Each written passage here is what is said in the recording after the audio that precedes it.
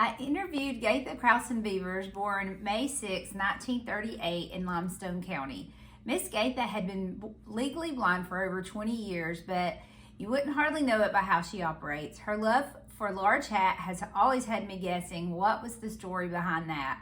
I knew she had a difficult marriage, including abuse, that left her single with 5 children.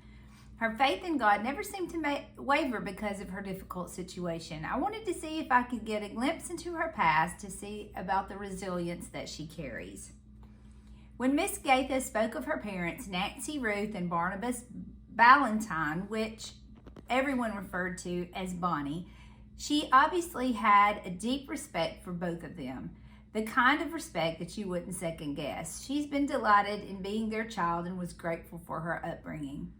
Miss Gatha lived in Limestone County in a farmhouse much like the one pictured. She has many fond memories growing up in Alabama. Her father originally worked in cleaning out the rivers to prepare for building our local dams in the northern part of Alabama, mainly Wheeler Dam. He continued educating himself in this area of welding and became a supervisor in his field. Miss Gatha went to Athens Bible School and graduated from Clement High School. She has memories of working in the cotton field at the farmhouse with her brothers. She remembered this quote, "If you leave your shoes in the field, you won't have to come back to the cotton." She remembered and she tried this out, left her shoes in the field and never had to work in the cotton field again. Miss Gatha has 5 children from her first marriage with JT, and it was from this marriage that she experienced deep hardship, abuse, and unfaithfulness in a church family that did not support her, yet her faith never wavered. Finally, after leaving this abusive relationship, she met Mr. Crowson at a singles event in Mayfair Church of Christ.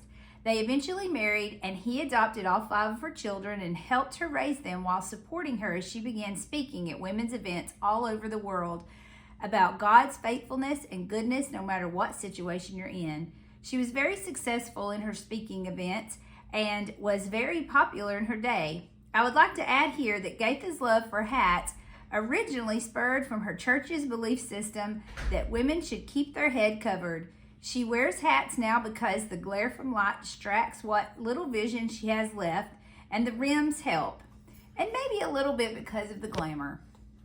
When I met Miss Gatha, she would have been in her late 60s and already legally blind. This is a picture of my daughter guiding her around the soccer field on a mission trip that she went on with us. It was on this trip that I first came to learn about her devotion to Christ and her humility. It turned out that she had already been on this mission point where we thought we knew so well.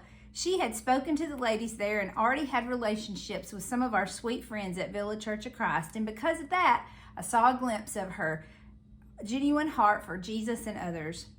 Along with many other accomplishments in Gatha's life, she has written a poem book called Gifts from God.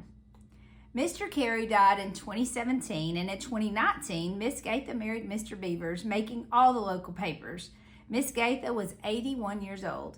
Due to his health, he is not able to live with her, but as you can see in the picture, she keeps him near. Because of her vision impairments, it's best for her guests to come around back to the side door. As she said, she really wanted a sign that said that so she wouldn't have to walk out and beckon people around the side. I promised her that, trying to recognize her love for butterflies and color.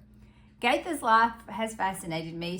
She is so much more than meets the eye. A deep faith resides in her and keeps her steady through hardship. So much more that you wouldn't know that all she has been experiencing in her life. I'm thankful that I've got to have that time with her.